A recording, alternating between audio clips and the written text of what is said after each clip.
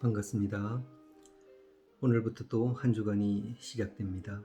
주님과 함께 말씀과 함께 승리하시는 여러분들 되시길 바랍니다.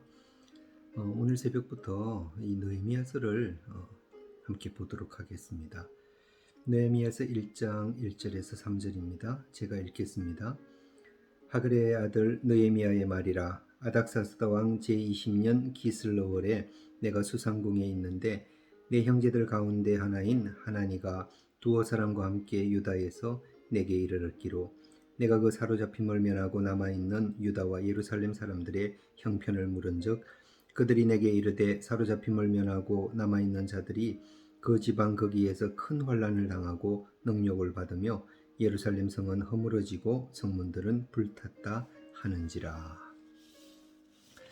느헤미야는 우리가 그동안 살펴본 에스더보다 조금 앞선 시대를 살았습니다. 느헤미야가 먼저 활동을 하고 수십 년 뒤 에스더가 활동을 했습니다. 환경은 비슷했습니다. 느헤미야도 바벨론의 포로로 잡혀왔던 이들의 자손이고 에스더도 똑같았습니다. 그런데 다른 것은 느헤미야는 거기 머물러 있지 않고 이스라엘로 돌아왔습니다. 귀환했습니다. 하나님께서 심판하신 70년이 끝나자 그는 백성들과 함께 돌아왔습니다. 그리고 70년 전 바빌론이 침공해서 엉망이 된 조국을 재건하는 일을 했습니다. 성벽을 재건했습니다. 이게 느헤미야였습니다. 그런데 에스더는 돌아오지 않고 그곳에 정착했던 이들의 이야기였습니다. 그럼 느헤미야는 누구인가 조금 더 살펴보면 1절에 하가랴의 아들이라고 했습니다. 그 외에 다른 말은 없습니다. 그는 할아버지 때에 바빌론이 침공해서 할아버지와 아버지가 포로로 잡혀왔습니다. 그는 그 후 태어난 것입니다. 바벨론에서 태어나서 거기서 자란 것입니다. 그런데 그는 바벨론에서 상당히 출세했습니다. 1장 11절에 보면 왕의 술관원이었다라고 했습니다. 이는 왕에게 올릴 술을 준비하고 그리고 독을 탔나 검사를 하고 근데 그것뿐만이 아닙니다. 술관원은 왕과 같이 앉아서 얘기도 나누고 그리고 국사를 논하기도 했습니다. 지금 나라에 이런 일이 있는데 자네는 어떻게 생각하나? 왕이 묻고 그는 대답을 했습니다. 이게 술관원입니다. 오늘날로 치면 대통령, 비서실장 정도 됐습니다. 기록을 보면 술관원은 오래된 직분인데 페르시아 궁전에서 아주 존경받던 그런 직분이었습니다. 그리고 1절에 보면 그가 수상궁에 있었다라고 말하고 있습니다. 당시 아닥사스다 왕은 궁이 여러 개 있었습니다. 그 중에 가장 좋고 화려한 곳이 수상궁입니다. 그래서 왕은 여기에 늘 머물러 있었습니다. 느헤미야는 바로 이 수상궁에서 생활을 했던 것입니다. 화려하게 살고 잘 살았던 것입니다. 그런데 그가 화려하게 살고 잘 살고 또 술관원이라는 높은 직위를 가졌지만 그가 잊지 않는 한 가지가 있었습니다. 그는 뿌리를 잊지 않았습니다. 2절에 보면 느헤미야의 동생 하나니가 이스라엘에 갔다가 돌아왔습니다. 그리고 황폐한 모습 그걸 봤습니다. 70년 전 침략을 받아 도시가 다 무너지고 불에 타고 능욕을 받은 그걸 보고 왔습니다. 그리고 그걸 느헤미야에게 말을 했습니다. 그러자 느헤미야는 너무 마음이 아팠습니다. 그래서 울고 슬퍼하며 하나님 앞에 금식 기도를 했습니다. 그는 권세도 있고 부유하게 살았습니다.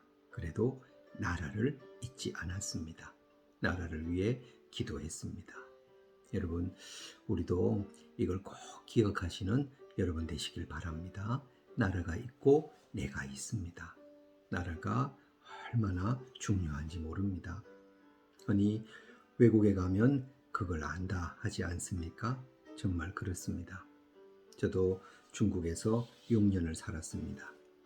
중국에 가면 현대가 있고 LG가 있고 삼성이 있습니다.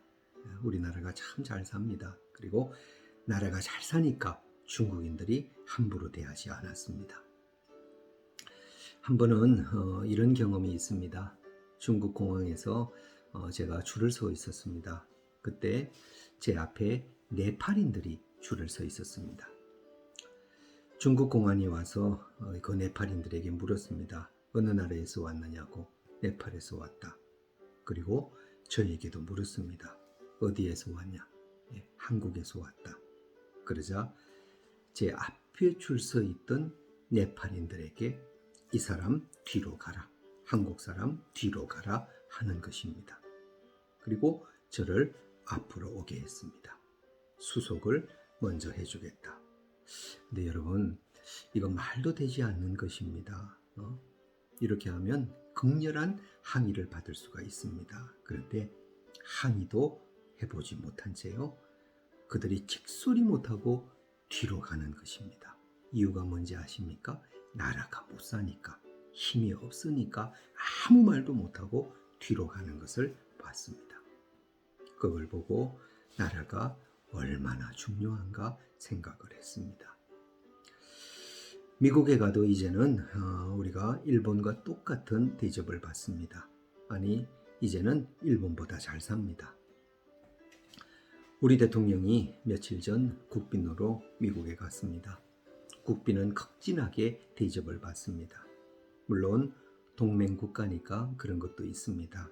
하지만 국력이 있으니까 그렇게 하는 것입니다. 저는 미국을 2번 갔습니다. 가니까요, 우리가 더 나은 것이 참 많이 있었습니다.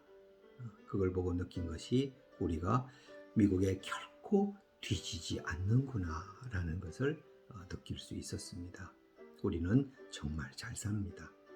여러분, 이렇게 되게 하신 하나님께 감사드리며 다 하나님의 은혜입니다 라고 고백하며 사는 우리가 되기를 예수님의 이름으로 축복합니다. 그리고 이렇게 발전한 국가, 나라, 민족을 위해 우리는 늘 기도해야 하는 것입니다.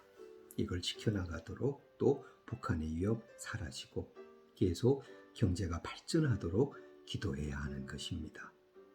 느헤미야를 보십시오. 나만 잘 살면 된다 하지 않았습니다. 그는 민족을 생각하고 울며 기도했습니다. 여러분 꼭 기억하십시오. 나라가 있고 내가 있습니다.